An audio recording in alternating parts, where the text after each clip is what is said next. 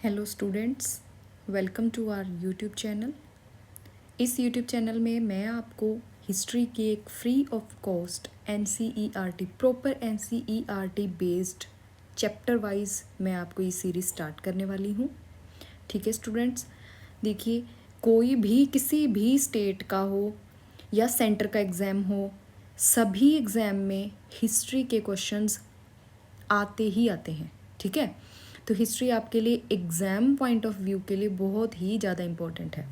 और जो student class 6th के हैं, class 7th 8th 9th 10th है ना, वो भी पढ़ सकते हैं। जैसे अब मैं ये सीरीज़ स्टार्ट कर रही हूँ क्लास 6th के हिस्ट्री चैप्टर 1 से। ठीक है, तो क्लास 6 के स्टूडेंट भी ये चैप्टर रीड कर सकते हैं और जो कॉम्पिटिटिव एग्ज़ाम्स की तैयारी कर रहे हैं वो भी इस चैप्टर को समझ सकते हैं।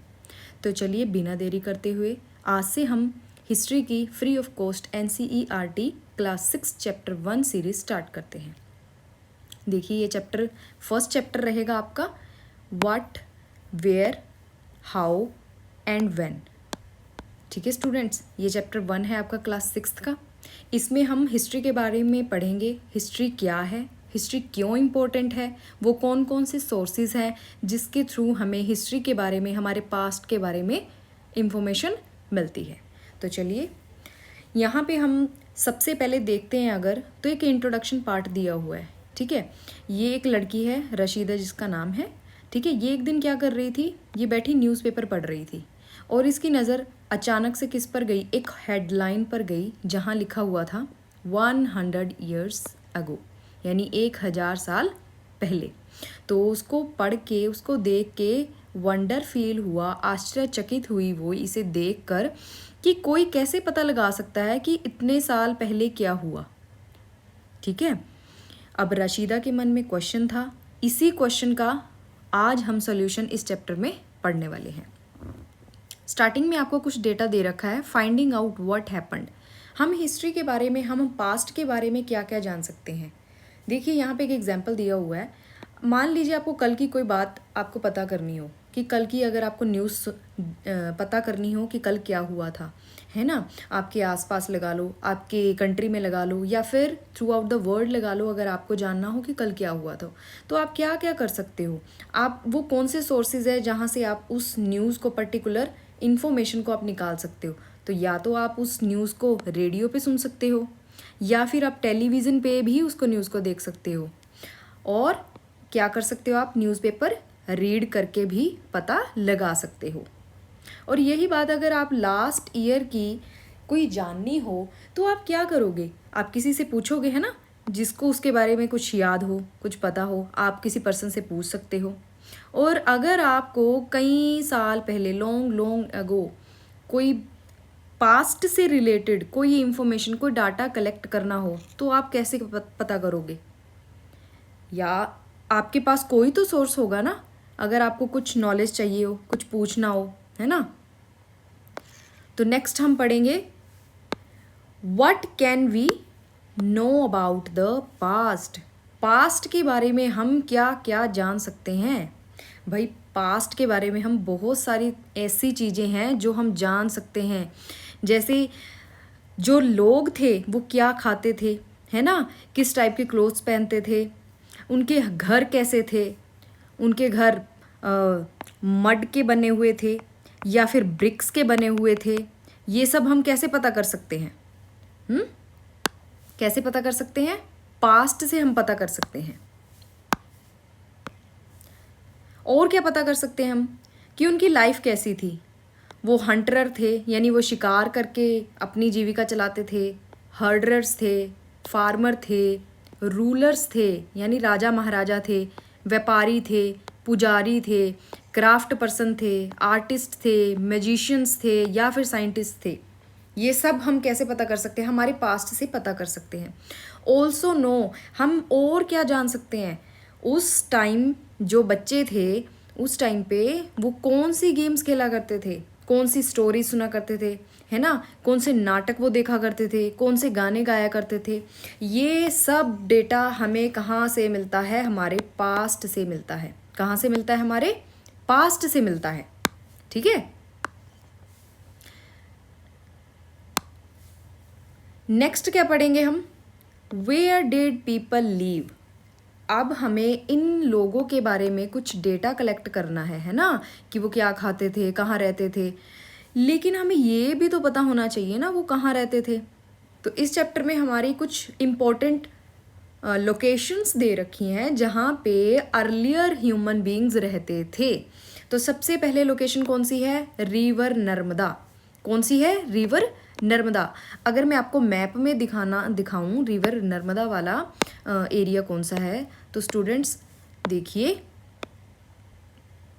ये आपके सेंटर में, इंडिया के सेंटर में विंध्यास के नीचे ये आपको दिखाई दे रही होगी नर्मदा रिवर।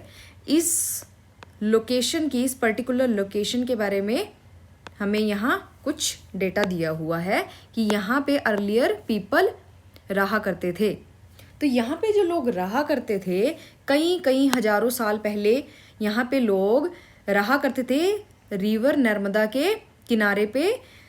ये कई हजारों साल पहले की बात है स्टूडेंट्स, कई हजारों साल पहले यहाँ पे रहा करते थे। उनको हम क्या कैसे जानते हैं, उनको who lived here were skilled gatherers. वो कैसे थे, स्किल्ड गैदरर्स थे। यहाँ पे स्किल्ड गैदरर्स क्यों कहा गया है उनको, क्योंकि people who gathered their food, जो अपना फूड था, अपने भरण पोषण करते थे, वो कहाँ से करते थे, वो मेनली करते थे प्लांट्स से। क्योंकि जो अर्लियर ह्यूमन बींग्स थे वो रहते थे फॉरेस्ट में। स्टूडेंट्स, उनको स्किल्ड इसलिए कहा गया है क्योंकि उनको इतनी नॉलेज थी कि कौन से प्लांट की रूट्स कलेक्ट करनी है, कौन से फ्रूट्स हमें कलेक्ट करने हैं, कहाँ से हम भोजन प्रोड्यूस कर सकते हैं। ठीक है, अगर आप थोड़ा ध्यान लगाओ तो फॉरेस्ट में हर एक टाइप का प्लांट होता है ना स्टूडेंट्स। तो इनको इतना पता था कि एडिबल प्लांट्स कौन से हैं, है ना। तो इनको इतना पता था एडिबल प्लांट्स कौन से हैं, ओके, और पॉइजनस कौन से हैं, है ना। प्लांट्स के बारे में मान लो अगर हमें नॉलेज ही ना हो, हम फॉरेस्ट में जाएं और किसी भी प्लांट से कोई भी ऐसे हम फ्रूट या लीव या रूट्स अगर हम उसको कलेक्ट करके डायरेक्ट कंज्यूम कर लें तो वो पॉइजनस भी हो सकता है ना। बट ये जो पीपल यहाँ पे रहते थे, ये जो लोग यहाँ पे रहते थे, ये कैसे थे, ये स्किल्ड थे। इनको इतनी नॉलेज थी कि कौन सा प्लांट एडिबल है और कौन सा नहीं है। और हाँ, अगर ये प्लांट से फूड ना लेते हुए और क्या खा सकते थे, ये एनिमल्स को शिकार करके भी तो खा सकते थे, है ना। तो ये शिकारी भी थे, ये वाले पीपल, ये ह्यूमन बींग्स, ये लोग जो नर्मदा नदी के किनारे पे हम जिनकी बात कर रहे हैं, वो क्या करते थे, दे ऑल्सो हॉन्टेड एनिमल्स। वो एनिमल्स का शिकार भी स्टूडेंट करते थे। आगे कौन सी हमें लोकेशन दे रखी है, Sulaiman and Kirthar hills. Sulaiman and Kirthar hills आपकी मैप में देखिए कुछ यहाँ पे आप देखिए, किरथार सुलेमान हिल्स, ये पहले इंडिया का पार्ट हुआ करती थी, लेकिन आज ये इंडिया का पार्ट नहीं है। ठीक है, ये अफ़गानिस्तान और पाकिस्तान के एरिया के टच में है। ठीक है, तो यहाँ का क्या डेटा दिया हुआ है हमें, सुलेमान और किरथार हिल्स, यहाँ पे जो लोग, जो महिलाएं, जो पुरुष रहते थे, अब उन्होंने खेती करनी शुरू की। स्टूडेंट्स, क्या करनी शुरू की, अब उन्हें एग्रीकल्चर के बारे में पता चला, है ना। यहाँ से कुछ हमें प्रूफ्स मिले हैं। तो यहाँ पे कौन सी उन्होंने क्रॉप उगाई, सबसे पहले यहाँ पे उन्होंने जो क्रॉप उगाई थी वो थी वीट एंड बार्ले। ये तकरीबन 8000 साल पहले की हमें प्रूफ्स मिले हैं। कौन सी फसल के, वीट के एंड बार्ले के। ये जो लोग रहते थे ये मोस्टली गांव में रहते थे। ठीक है, ये खेती बाड़ी करके अपना भरण पोषण करते थे। इन्होंने अब एनिमल्स भी रखना शुरू किया। कौन कौन से एनिमल्स थे जो इन्होंने रखने शुरू किए, शीप्स, गोट और भी कई कैटल थे। और ये लोग कहाँ रहते थे, ये विलेजेस में, गांव में रहते थे। यानी पहले वो जंगल में रहते थे, है ना। जंगल से वो प्लांट से अपना गुजारा करते थे, या फिर वो क्या कर लेते थे, एनिमल्स हॉन्ट कर लेते थे, है ना, क्या कर लेते थे, एनिमल्स को मार के उनका मांस खा लेते थे। उसके बाद यहाँ पे सुलेमान और किरथार हिल्स से जो हमें डेटा मिला है, जो प्रूफ्स हमें मिले हैं, वो मिले हैं खेती करने के हमें साक्ष्य मिले हैं। वीट और बार्ले के कुछ हमें प्रूफ्स मिले हैं 8,000 साल पहले के। अब उन्होंने गांव बसाना शुरू कर लिया, यानी इकट्ठे होकर उन्होंने एक कस्बा लगा लो, एक टाउन लगा लो, एक विलेज बनाना शुरू कर दिया, और इन्होंने अपने साथ एनिमल्स को, पालतू एनिमल्स को रखना शुरू कर लिया, यानी इन्होंने जानवरों को अपने साथ रखना शुरू कर लिया। शीप्स हो गई, गोट हो गई, कैटल्स हो गई, है ना। ठीक है, तो नेक्स्ट कौन सी लोकेशन हमें दे रखी है,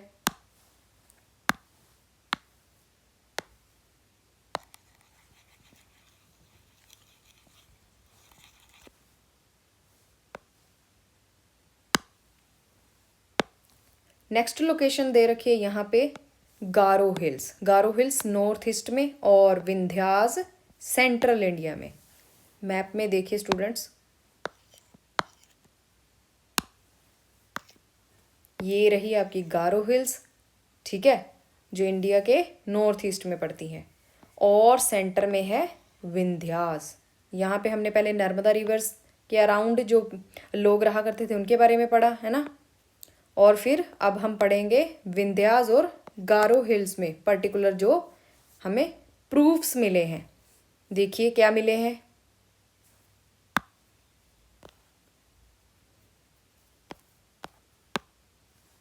ये जो लोग थे अब इन्होंने क्या करनी शुरू कर दी, यहाँ पे खेती बाड़ी करनी शुरू कर दी, एग्रीकल्चर डेवलप हुआ यहाँ पे, ठीक है। यहाँ से जो हमें क्रॉप के प्रूफ्स मिले हैं, the places where rice was first grown are to the north of the Vindhyas. अगर आपसे एग्जाम में पूछ लिया जाए कि सबसे पहले राइस कहाँ पे ग्रो करने शुरू किए, तो कहाँ पे, north of the Vindhyas. Vindhyas के नॉर्थ वाले इलाके में राइस के पर्टिकुलर कौन सी क्रॉप, राइस के हमें यहाँ पे उगाने के हमें प्रूफ मिले हैं। इसके बाद है रिवर इंडस और इसकी कुछ सहायक नदियां जिन्हें हम ट्रिब्यूटरीज बोलते हैं। मैप में देखिए कहाँ पे है इंडस रिवर, ये है इंडस रिवर वाला इलाका और ये है इसकी ट्रिब्यूटरीज। अगर आपको पता हो स्टूडेंट्स, इंडस रिवर के अराउंड हमने एक और सिविलाइजेशन जिसके बारे में हम आगे पढ़ने वाले हैं, या कुछ स्टूडेंट्स को पहले से ही पता होगा, यहाँ पे भी एक सिविलाइजेशन के हमें प्रूफ मिले हैं। कौन सी, हड़प्पन सिविलाइजेशन, है ना। तो यहाँ पे भी लोग रहा करते थे। रिवर इंडस रिवर और उसकी सहायक ये नदियाँ हैं, जैसे झेलम, चेनाब, रावी, ब्यास, सतलुज, ये सारी क्या है, इंडस की ट्रिब्यूटरीज हैं, इसके सहायक नदियाँ हैं, ठीक है। तो यहाँ पे जो लोग रहते थे ये बात कब की है, 4700 ईयर्स एगो, यानी 4700 साल पहले के यहाँ पे प्रूफ्स मिले हैं, ठीक है, कि यहाँ पे कुछ सिटीज़ बनानी शुरू की। पहले जंगलों में रहते थे, फिर गांव बनाने शुरू किए, अब उन्होंने पर्टिकुलर टाउन सिटीज़ बनानी शुरू कर दी, और वो भी रिवर के अराउंड, है ना। रिवर के अराउंड ही क्यों रहते थे, अगर स्टूडेंट्स आप इस बात पे ध्यान दो तो वो रिवर्स के अराउंड ही क्यों रहते थे। रिवर्स के अराउंड इसलिए रहते थे क्योंकि रिवर से उनको एक तो पीने के लिए पानी मिल जाता था, है ना, और एक खेती बाड़ी करने के लिए पानी मिल जाता था। ट्रैवलिंग भी वो रिवर्स के थ्रू कर सकते थे, शिप्स के थ्रू, है ना, कर सकते थे, बोट के थ्रू, रिवर से। जो अर्लियर व्यापार था ना, वो भी वाटर रूट के थ्रू होता था। लैंड रूट कम और वाटर रूट ज़्यादा होता था स्टूडेंट्स, इसलिए वो रिवर्स के अराउंड रहना पसंद करते थे। उसके बाद 2500 ईयर्स अगो की भी हमें सिटीज़ के कुछ प्लान्स मिले हैं, सिटीज़ कहीं मिली हैं हमें, ठीक है। कौन सी रिवर, गंगा रिवर और उसकी सहायक नदियों के, और कुछ सी कोस्ट यानी समुद्र तटीय इलाकों में भी हमें सिटीज़ के डेवलप होने के हमें प्रूफ्स मिले हैं स्टूडेंट्स, ठीक है। गंगा रिवर और उसकी सहायक नदियाँ, ठीक है। यहाँ पे हमें जो गंगा रिवर के साउथ में बिहार में सोन नदी पड़ती है स्टूडेंट्स, वहाँ पे कहते हैं बहुत पावरफुल एक एम्पायर बनी। कौन सी थी वो? मगधा। मगधा एम्पायर बनी। गंगा आपको दिखा देती हूँ मैं ये मैप में स्टूडेंट्स। ये है आपकी गंगा रिवर, ठीक है। और जिस लोकेशन की वो बात कर रहे हैं वो पर्टिकुलर ये एरिया है, ठीक है। ये गंगा के साउथ में है सोन रिवर, और यहाँ पे पावरफुल एक एम्पायर, एक किंगडम लगा लो, वो यहाँ पे डेवलप हुई। कौन सी थी वो? मगधा। कौन सी थी? मगधा। मगधा एम्पायर के बारे में हमें यहाँ पे पता चला है कि जो इसके प्रूफ्स हमें मिले हैं, बिहार में ये मगधा एम्पायर सोन नदी के किनारे एक हमें यहाँ पे लार्ज किंगडम मिली है, जिसके रूलर्स बहुत पावरफुल थे। और उन्होंने क्या सेटअप किया? बहुत ही बड़ा एक साम्राज्य सेटअप किया उन्होंने अपना, ठीक है। अकेली मगधा ही नहीं थी, कंट्री में और भी कई पावरफुल किंगडम्स हुई हैं, ठीक है। Kingdoms were set up in other parts of the country as well. और भी थी, जैसे आगे चलकर हम चैप्टर्स में जनपदास, महाजनपदास पढ़ेंगे, है ना। उसमें हम कई पावरफुल किंगडम्स के बारे में पढ़ेंगे। आने वाले कुछ चैप्टर्स में हम ये पढ़ने वाले हैं स्टूडेंट्स, ठीक है। ये जो लोग थे, ये इनके ट्रैवल भी एक पार्ट था, इनकी लाइफ का ट्रैवलिंग भी एक पार्ट था। ये ट्रैवल्ड भी करते थे एक जगह से दूसरी जगह जाने के लिए, ठीक है। हिल्स के थ्रू भी होता था, माउंटेन्स, हिमालय हो गया, जैसे डेजर्ट हो गया, है ना, रेगिस्तानी इलाका, वहाँ से भी ट्रैवलर आए हैं। रिवर्स हो गया, सी, समुद्र हो गया, ठीक है। ये जर्नीज इनकी जो होती थी ये खतरे वाली तो होती थी, बट इम्पॉसिबल नहीं मानते थे, ठीक है। आगे हम चैप्टर में पढ़ेंगे, बहुत सारे ट्रैवलर्स भी आए हैं, ठीक है, जो अलग अलग कंट्री से इंडिया में आए हैं, ठीक है। ये जो लोग थे, ये महिलाएं, ये पुरुष, ये अपनी जीविका के लिए इधर उधर जाते थे। जीविका के लिए भी जाते थे, कमाने के लिए, ठीक है। और कई बार क्या होता था स्टूडेंट्स, जैसे किसी इलाके में बहुत ज़्यादा बाढ़ आ गई, बाढ़ समझते हो आप, जब नदियाँ ओवरफ्लो हो जाती हैं, बाढ़ आ गई, या फिर सूखा पड़ गया, बारिश ना होने की वजह से सूखा पड़ गया, ठीक है। तो इस नेचुरल डिज़ास्टर से बचने के लिए भी ये लोग एक जगह से दूसरी जगह जाके रहने लग गए थे। और अकेला नेचुरल डिज़ास्टर की वजह से नहीं जाते थे ये एक जगह से दूसरी जगह। कई बार क्या होता था, जो लोग थे आर्मी में थे, आर्मी में रहते रहते जैसे वो लड़ाई करके दूसरी लैंड पे कब्जा करके वहाँ भी रहने लग गए थे, ठीक है, जो आर्मी में रहते थे। इसके अलावा और कौन कौन से थे, और कौन से लोग थे? मर्चेंट, देखिए व्यापारी, जो क्या करते थे, व्यापारी अपना वैल्यूएबल सामान एक जगह से दूसरी जगह भी लेके जाते थे, ठीक है। व्यापार के जरिए भी यह एक जगह से दूसरी जगह जाते थे। और उसके अलावा और कौन थे? ये तो मर्चेंट हो गए, है ना। और थे धार्मिक, जो टीचर हो गए, वो भी एक जगह से, एक विलेज से दूसरे विलेज, एक टाउन से टाउन, है ना, वो पैदल यात्रा करने लग गए थे, अपने आइडियाज़ को, अपने इंस्ट्रक्शंस को, अपने धर्म का प्रचार प्रसार करने के लिए भी वो एक जगह से दूसरी जगह जाने लग गए थे। Some people perhaps travelled driven by a spirit of adventure. अब कई लोगों को होता है कि हम चलो पहाड़ों की तरफ जाते हैं, हमें कुछ नई जगह एक्सप्लोर करनी है ना, कुछ एडवेंचर करना है, हमें घूमने जाना है, कहीं अलग अलग प्लेसेस को एक्सप्लोर करना है। तो उसके लिए भी लोग, मतलब कि अपने शौकीन तौर से हम लगा सकते हैं, शौकिया तौर पे भी लोग एक जगह से दूसरी जगह जाने लग गए थे। और इससे क्या होता था, अगर मान लो कोई चाइना से, या कोई दुबई से, कोई यूएसए से, कोई पुर्तगाल से अगर इंडिया में आया है, तो अपने साथ कुछ आइडियाज़ भी लेके आया होगा, है ना स्टूडेंट्स, कुछ नॉलेज लेकर आया होगा।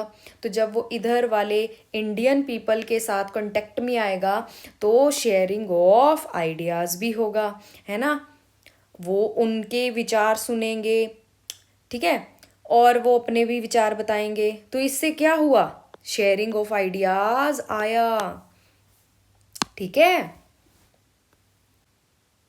तो नेक्स्ट स्टूडेंट्स, इसमें क्या दे रखा है, ये कहते हैं look at map one once more, hills mountains and seas form the natural frontier of the subcontinent.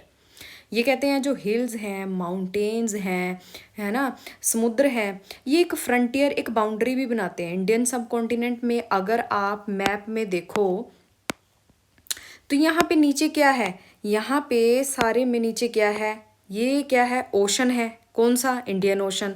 ये भी आपका वाटर बॉडी है ना, अरेबियन सी है, ये भी आपकी वाटर बॉडी है। ये क्या है, बे ऑफ बंगाल। तो ये थ्री साइड से यहाँ ये थ्री साइड से वाटर ने एक बाउंड्री बना रखी है ना। और अगर हम नॉर्थ में देखें तो यहाँ पे ये कौन सी माउंटेन है, ये है हिमालयाज। हिमालयाज माउंटेन है, इन्होंने नॉर्थ की साइड से एक बाउंड्री बना रखी है स्टूडेंट। तो इंडियन सब कॉन्टिनेंट में अगर हम देखें तो नीचे थ्री साइड्स में क्या है, वाटर है, और ऊपर क्या है, माउंटेन्स है, ठीक है।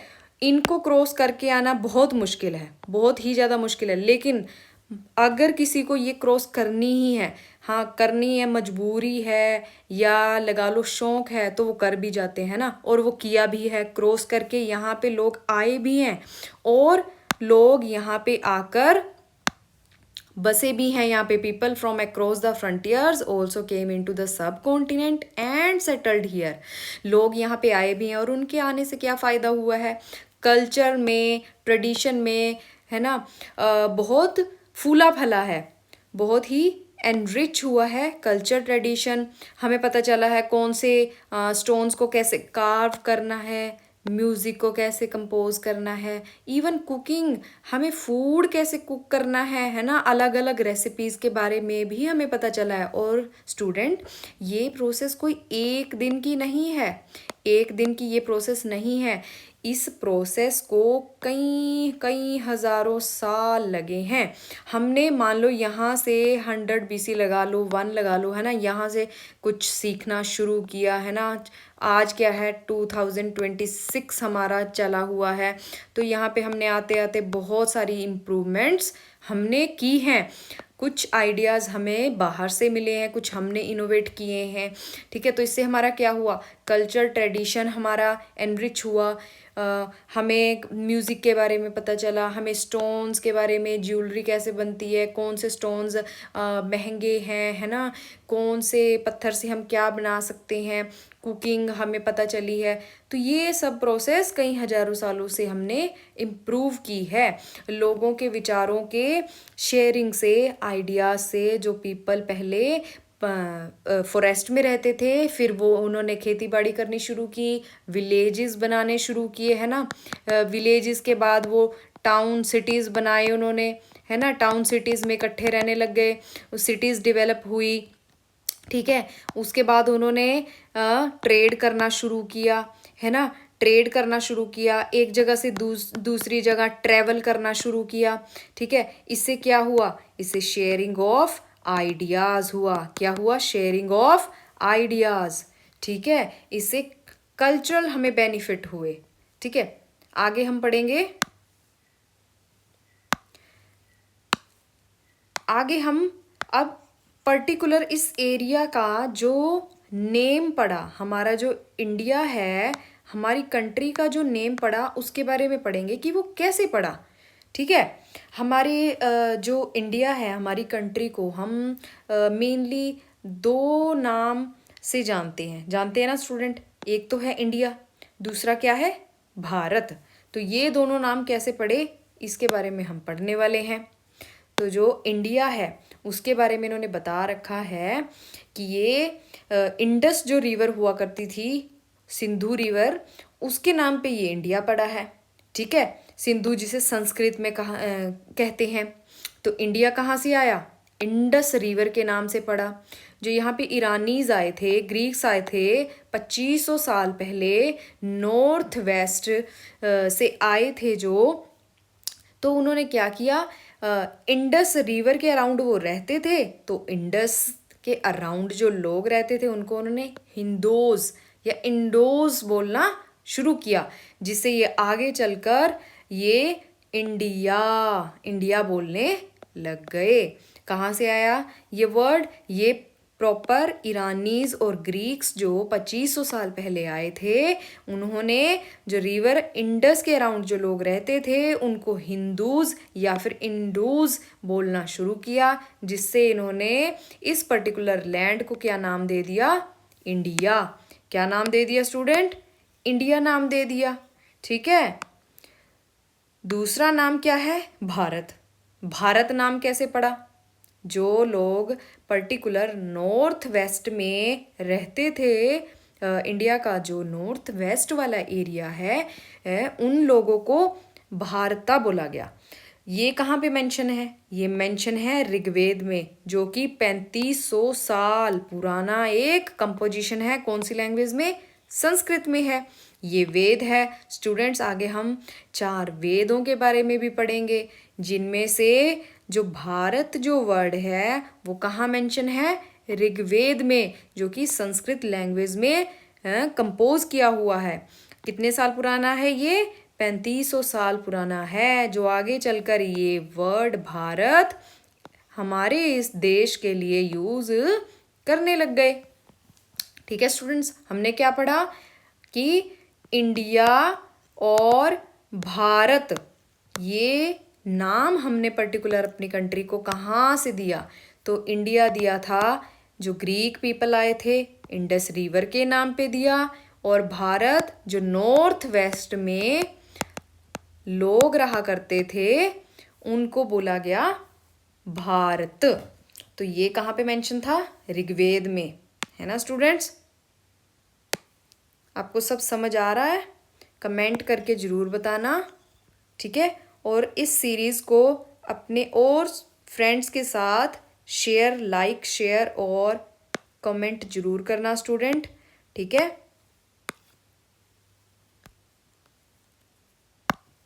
तो students, finding out about the past. अब हम पास्ट के बारे में कैसे कैसे पता कर सकते हैं? अगर मैं सिंपल लैंग्वेज में आपको बोलूँ, अब हमें सोर्सेज के बारे में पढ़ना है।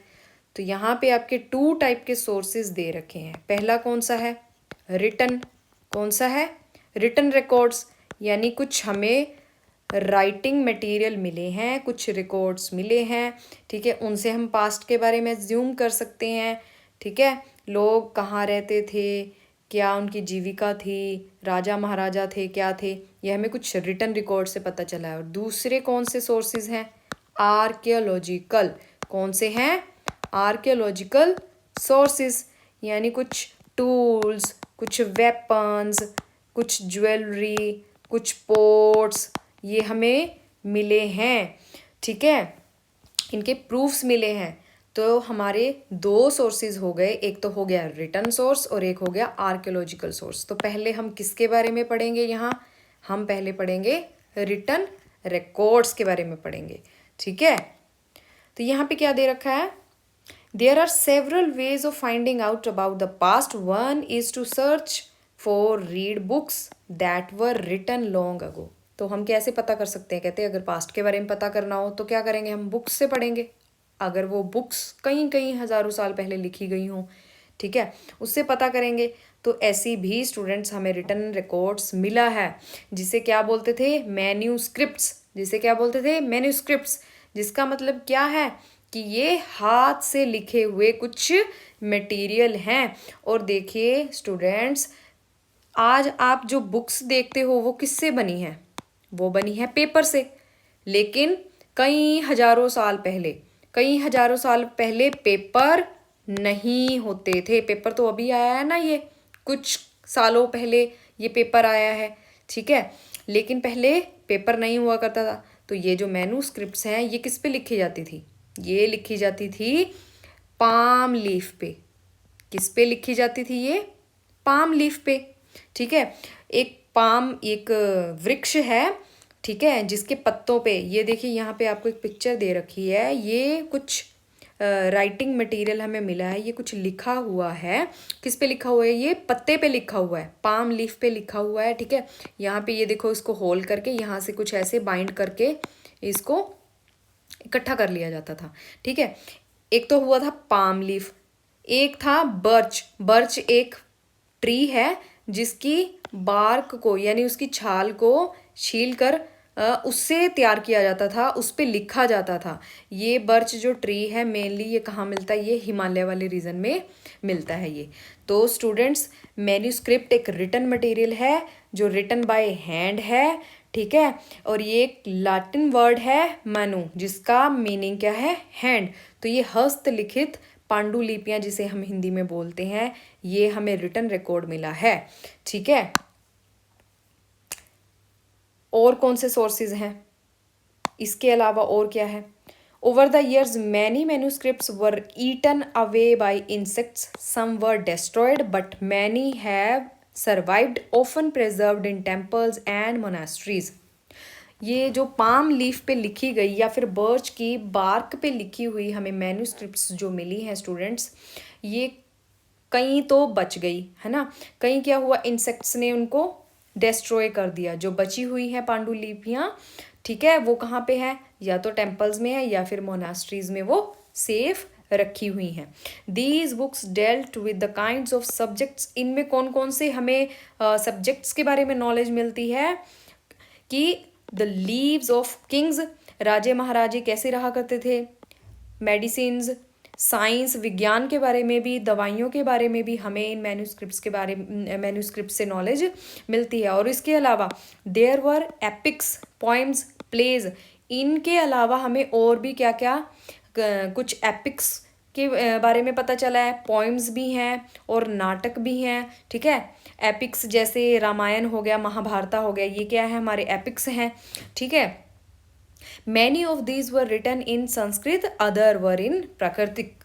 दो लैंग्वेज में हमें ये मैन्यूस्क्रिप्ट्स मिली हैं, या तो वो संस्कृत में लिखी हुई हैं या फिर प्राकृत लैंग्वेज में लिखी हुई हैं। ये ही दो लैंग्वेज, और एक और है तमिल। सॉरी स्टूडेंट्स, 3 यहाँ पे लैंग्वेज के हमें पांडुलिपियाँ ये हमें मिली हैं मैन्यूस्क्रिप्ट्स। कौन सी? संस्कृत लैंग्वेज, प्राकृत लैंग्वेज और तमिल लैंग्वेज में हमें ये मैन्यूस्क्रिप्ट्स मिली हैं, ठीक है।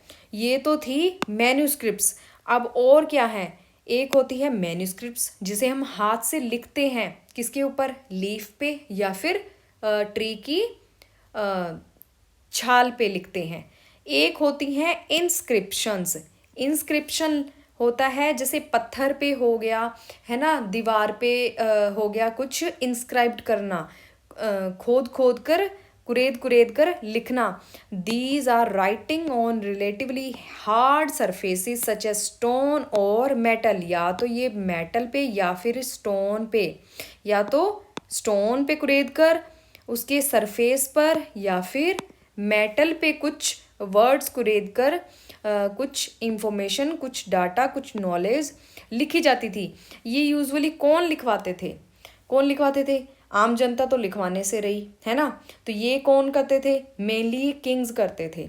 या तो वो क्या करते थे? कोई वॉर, मान लो उन्होंने कोई लड़ाई लड़ी है, किसी लैंड पे कब्जा किया है, कोई एम्पायर खड़ी की है, ठीक है, अपनी तारीफ में, या अपने जो उन्होंने फैसिलिटीज़ या कोई धर्म उन्होंने प्रचार करना था, या कोई फैसिलिटीज़ उन्होंने अपनी प्रजा को देनी थी, या कोई वॉर में वो जीत कर आए थे, तो उसके बारे में वो क्या करते थे? यूजुअली वो स्टोन्स पे कार्व करवाते थे या फिर मेटल पे करवाते थे, इंस्क्राइब करवा देते थे पूरी स्टोरी को, ठीक है। इसमें कौन इंक्लूड होते थे? इंक्लूडिंग किंग्स, क्वींस, ठीक है, ये रिकॉर्ड करवाते थे अपनी इंस्क्रिप्शंस। ये भी हमें स्टूडेंट्स मिली हुई हैं। आगे हम अशोका के एडिक्ट्स भी पढ़ेंगे। अशोका एक बहुत ही पावरफुल रूलर रहा है, ठीक है। उनके एडिक्ट्स हमें मिले हैं, इंस्क्राइब्ड हमें मिले हैं इंस्क्रिप्शंस। उनके बारे में आगे चलकर हम चैप्टर्स में, आने वाले चैप्टर में पढ़ेंगे। ये ज़्यादातर किंग्स करते थे अपनी विक्ट्रीज़ को, जो भी वो बैटल जीतते हैं उनके रिकॉर्ड्स वो रखने के लिए इंस्क्रिप्शन खुदवाते थे, ठीक है। तो और एक होते हैं आर्कियोलॉजिस्ट। आर्कियोलॉजिस्ट कौन होते हैं? जो पास्ट के बारे में स्टडी करते हैं, ठीक है। There were many other things that were made and used in the past, those who study these objects are called archaeologist. अब ये इंस्क्रिप्शंस मिली हैं, मैन्यूस्क्रिप्ट्स मिली हैं, ये किसी ने पढ़ी भी होंगी या किसी ने डिस्कवर भी किया होगा, खोजा भी होगा, खुदाई करके इनको ढूंढा भी होगा। तो वो जो पीपल हैं जो इन पास्ट की चीज़ों को ढूंढते हैं या स्टडी करते हैं, ठीक है, वो कौन कहलाते हैं? Archaeologist. They study the remains of buildings made of stones and bricks, paintings and sculptures.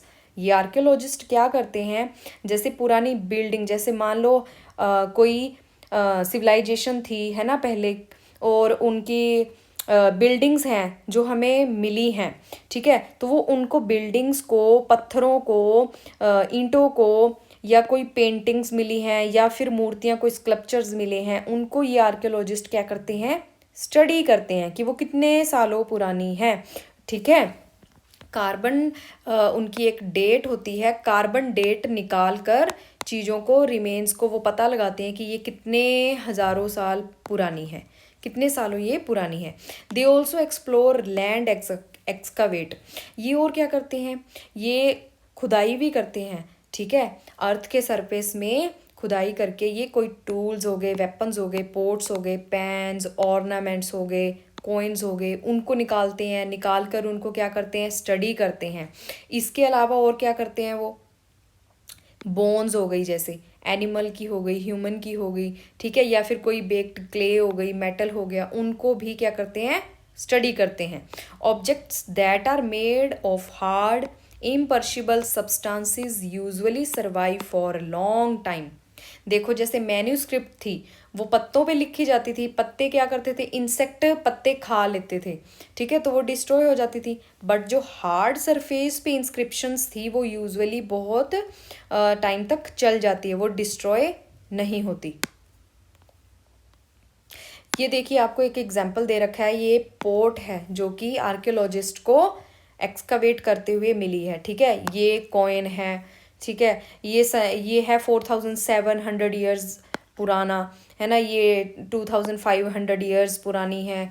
तो इनका, वो सिक्कों का, ये मेटल हो गया, है ना, ये कॉइन हो गया, इनको क्या करते हैं? वो स्टडी करते हैं, इनकी कार्बन डेट निकाल कर और पता लगाते हैं ये कितने हज़ारों साल पुरानी है, ठीक है, कौन सी सभ्यता से ये रिलेटेड है। आर्कियोलॉजिस्ट और क्या करते हैं? Archaeologist also look for the bones of animals, birds, fish to find out what people ate in the past. Archaeologist क्या करते हैं? एनिमल्स की बोन्स हो गई, जैसे मान लो जो वो लोग रहते थे, ठीक है, वो रिवर्स के अराउंड रहते थे, वहाँ से वो फिश ज़रूर खाते होंगे, तो फिश की जो बोन्स हैं वो उनके आसपास पड़ी रहती होंगी जहाँ वो फेंकते होंगे। बर्ड्स की, एनिमल्स की जो उन्होंने हॉन्ट करके, ठीक है, वो लाए होंगे, तो उनकी बोन्स के रिमेन्स है वो आसपास गिराते भी होंगे उनको, ठीक है, तो उनसे पता चलता है कि वो क्या खाते थे। मान लो फिश की बोन्स मिली हैं, तो आर्कियोलॉजिस्ट क्या एज्यूम कर सकते हैं कि वो उस टाइम के लोग फिश को खाते होंगे, है ना, या फिर जानवरों को खाते होंगे। Plant Riemann survive for far more rarely. Plants के देखो ज़्यादा देर सर्वाइव नहीं करते हैं, आपको पता ही होगा, ठीक है, फर्टिलाइज़र ही बन जाता है प्लांट्स रिमेन्स का तो मोस्टली। तो जो बोन्स हैं उनसे वो स्टडी इजीली कर सकते हैं। इफ़ सीड्स ऑफ ग्रेन और pieces of wood have been burnt, they survive in charred form. अगर उनको जलाया गया हो तो उनकी एक एशेज मिल जाएगी, ठीक है, वो पूरे नहीं मिलेंगे, लेकिन जो बोन्स हैं वो मिल जाती हैं, ठीक है। तो आर्कियोलॉजिस्ट बोन्स से स्टडी कर लेते हैं ईजीली। तो स्टूडेंट्स जो हिस्टोरियन होते हैं, ठीक है, वो हिस्ट्री की, पास्ट की कहाँ कहाँ से स्टडी करते हैं? मैन्यूस्क्रिप्ट से करते हैं, इंस्क्रिप्शन से करते हैं, है ना, या फिर कुछ उनको खुदाई में मिला है उसके थ्रू करते हैं। वहाँ से आपको सोर्सेज फाउंड करके वो आपको हिस्ट्री के बारे में बताते हैं, ठीक है। नेक्स्ट यहाँ पे क्या दे रखा है? वन पास्ट और मैनी। तो देखिए, एक इतिहास है या बहुत सारे इतिहास हैं स्टूडेंट्स? यहाँ पे हमारी जो बुक का टाइटल है वो क्या है? आवर पास्ट, यानी एक इतिहास नहीं है। अब देखिए इतने सारे लोग हैं, क्या सबका इतिहास, सबके फैमिली बैकग्राउंड एक जैसे होते हैं? नहीं ना। अगर मैं बोलूँ आपको कि 100 साल 200 साल पहले जो मेरे एंसेस्टर्स थे, जो मेरे पूर्वज थे, वो खेती बाड़ी करते थे, तो क्या ज़रूरी है आपके जो पूर्वज हैं वो भी खेती बाड़ी करते हों? नहीं ना। ऐसा तो नहीं हो सकता। क्या पता वो ट्रेड करते हों, है ना? क्या पता वो ट्रेड करते हों या कोई और उनका लाइफस्टाइल हो। तो सबका लाइफस्टाइल सेम नहीं होता है। तो ऐसे ही सबका पास्ट भी सेम नहीं है।